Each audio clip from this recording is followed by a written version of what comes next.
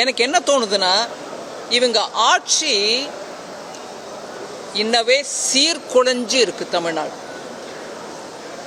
ஆட்சியோட failures, அவங்க செய்ய முடியாத நல்ல காரியங்களை மறைக்கவும், அதே மாதிரி மக்கள் அனுபவிக்கிற கஷ்டங்களை நிராகரிக்கவும் ஒரு மடை திருப்பதற்கான ஒரு முயற்சி இதுதான்.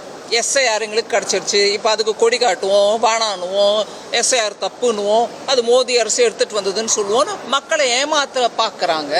மக்கள் ஏமாறுறது இல்லைங்க.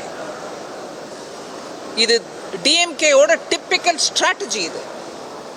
அதோடு இல்லாமல் நீங்கள் பாருங்கள், முதல்ல என்ன சொன்னாங்க, இவிஎம் சரியாக இல்லாதனால தான் கட்சிகள் தோற்கின்றன. அது அந்த ராகுல் காந்தி அவர்களுடைய அதே வழி. இவிஎம்ல தான் குறை இருக்குது, அதனால தான் நாங்கள் ஜெயிக்கலை. கர்நாடகாவில் ஜெயித்தாங்க, ஹிமாச்சல் பிரதேஷில் ஜெயித்தாங்க, அப்போ இவிஎம்ல குறை இல்லை. ஏன் டிஎம்கே இங்கே ஜெயிச்சிச்சு, அப்போ இவிஎம்ல குறை இல்லை. ஆனால் எதிர்கட்சியோ பிஜேபியோ ஜெயிச்சுட்டா அது இவிஎம்ல குறை. இப்போ அந்த வாக்கு செல்லுபடி ஆகுதில்லை.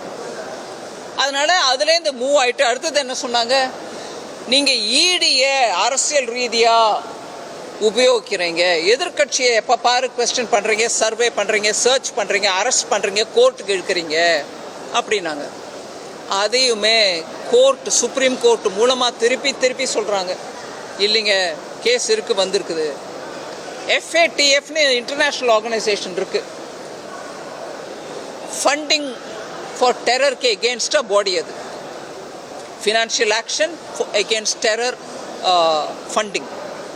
அவங்க சொல்கிறாங்க, இடி ஆக்ஷன் எடுத்ததுனால தான் நிறைய இந்த மாதிரி ஃப்ராடு பண்ணவங்களோட சொத்தை அபகரித்து லாஃபுல்லி எடுத்துக்கிட்டு அதை ஏலத்தில் விட்டு அதுலேருந்து வரக்கூடிய பணம் பேங்க்குக்கு எங்கே கடன் வாங்கி அவங்கள ஏமாத்தினாங்களோ அந்த பேங்க்குகளுக்கு திருப்பி போய் சேர்க்கப்பட்டது. ரெஸ்டிடியூஷன் அது நடக்குதுன்றத உலக அளவில் இன்னைக்கு பிரேஸ் பண்ணுறாங்க.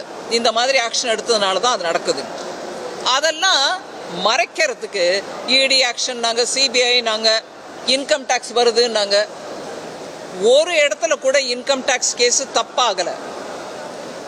கோடியாக வச்சுருந்த பணமும் தங்கமும் இன்னும் இல்லாத சொத்தும் எல்லாம் வழியில் வருது. அதனால அது கண்டா பிடிக்கல. சரி, இதெல்லாம் சொன்னாங்க, அதுவும் ஆயிடுச்சு. இப்போ